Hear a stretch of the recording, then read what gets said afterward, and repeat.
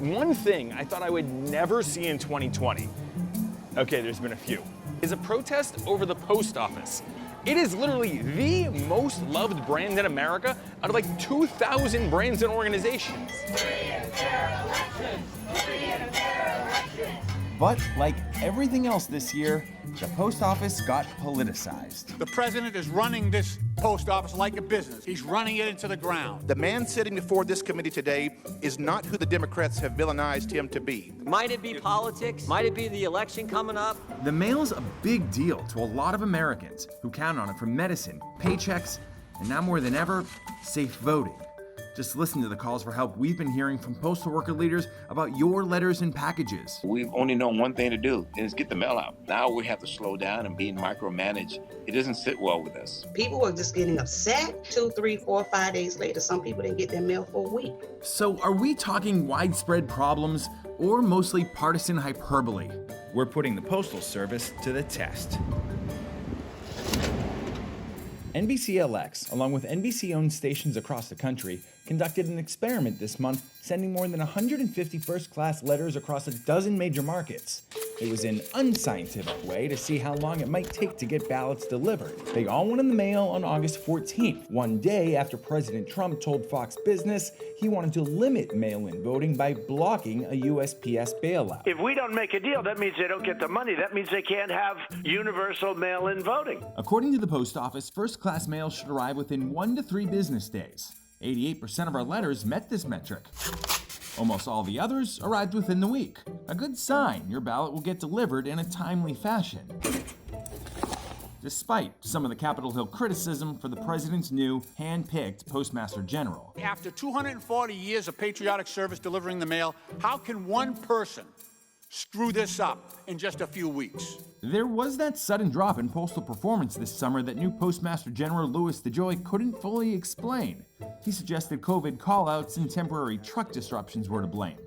We wondered, for example, why the agency needed 5 business days to get one of our letters from Washington, D.C. to Columbia, Maryland, just 20 miles to its north. But the truth is, USPS slowdowns are not new. For the last decade, on-time deliveries have been trending further and further from their 95% goal, according to agency reports. Post office execs declined our interview requests, but DeJoy made an earnest promise to improve performance and trim the budget, without impacting the election this fall.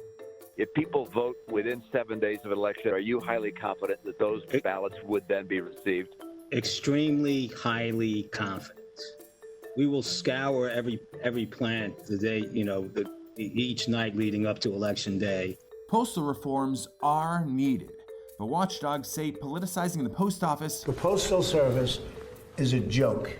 Is the worst way to do it. We've had a president who, unfortunately, has created polarization around the issue. It's just been confusion aplenty. I'm Kevin Kosar, and I'm a resident scholar at the American Enterprise Institute, a think tank in Washington, D.C.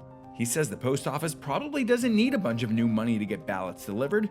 The agency handles nearly 3 billion pieces of mail a week, so a few million extra on any given day should be no big deal.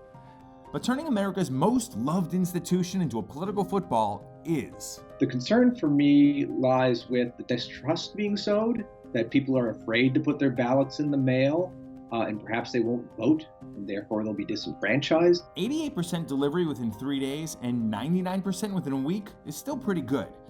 Unless your paycheck, medicine, or envelope are part of the 1% that don't get delivered promptly. And with new policies and a lot of moving pieces, isolated breakdowns are happening. Our 2 letters that didn't show up after a week are still missing 2 weeks later. Back of the envelope math tells us if half of the country votes by mail this fall, 1% of the mail vote could be close to 1 million ballots. States decided by less than 1% of the vote in 2016 include Wisconsin, Pennsylvania, New Hampshire, and Michigan. A handful of our other letters were missing postmarks, which in some states could get your ballot tossed as well. But DeJoy, like his hundreds of thousands of USPS employees, pledged to do America proud. The Postal Service is fully capable and committed to delivering the nation's ballots securely and on time. This sacred duty is my #1 priority between now and Election Day. And because he made a promise, we are too. To keep testing the USPS to make sure your vote stays safe.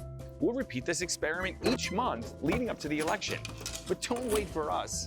Anyone who is voting this autumn should be requesting their absentee ballot forms now. We want to flatten the mail curve. Because if postal workers have anything to say about it, neither snow or rain, nor heat nor storms will keep letter carriers from delivering your voting forms. Even through this pandemic, through these dangerous times of risking whatever you have to risk to come to take care of your family, we are here still every single day.